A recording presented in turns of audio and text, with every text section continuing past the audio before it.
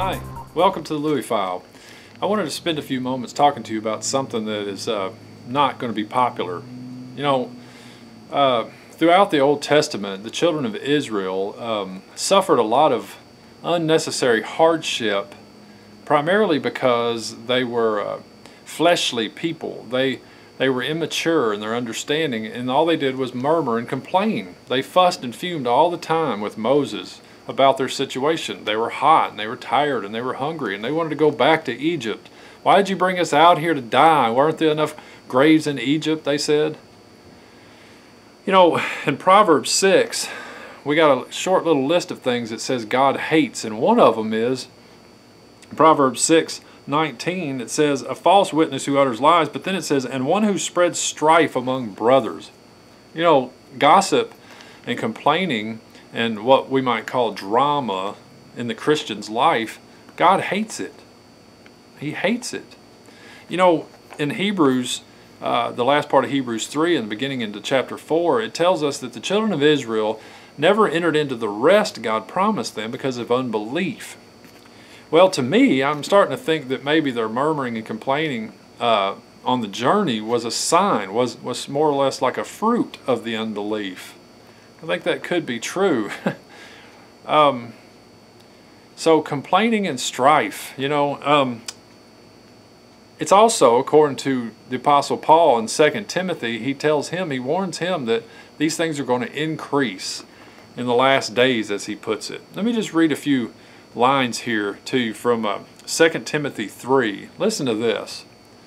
But realize this, that in the last days difficult times will come, for men will be lovers of self, lovers of money, boastful, arrogant, revilers, disobedient to parents, ungrateful, unholy, unloving, irreconcilable, malicious gossips, without self-control, brutal, haters of good, treacherous, reckless, conceited, lovers of pleasure rather than lovers of God. And listen to this one. Holding to a form of godliness, although they have denied its power. Avoid such men as these. Wow. So they could be very religious people that just hate one another and gossip and complain all the time. I mean, that's incredible. That's like the ultimate in self-deception. It's people that walk around saying, I'm a Christian, I believe in God, but yet every time they turn around, they're complaining and they're fussing about their own situation and everyone else's around them. You know, Jesus had this problem with the religious leaders of his day. They were constantly accusing him, but you know what that means? That means that the accuser, the enemy, the accuser was operating them. And if you want to look at that in real clear red and white, because it's mostly Jesus' words, in John chapter 8, they start really pointing the finger at Jesus, and they're saying, we weren't, you know, he says, if you hear the truth, if you're a follower of me and you know the truth will make you free. And they said, we've never been in bondage to anyone. We're Abraham's children. We've never been slaves to anyone. And he basically tells them, well, you may be Abraham's children in the physical sense, but if God was your father, you would listen to me. And he comes right out and tells them, he says, you are of your father, the devil, and it's his lust that you're doing.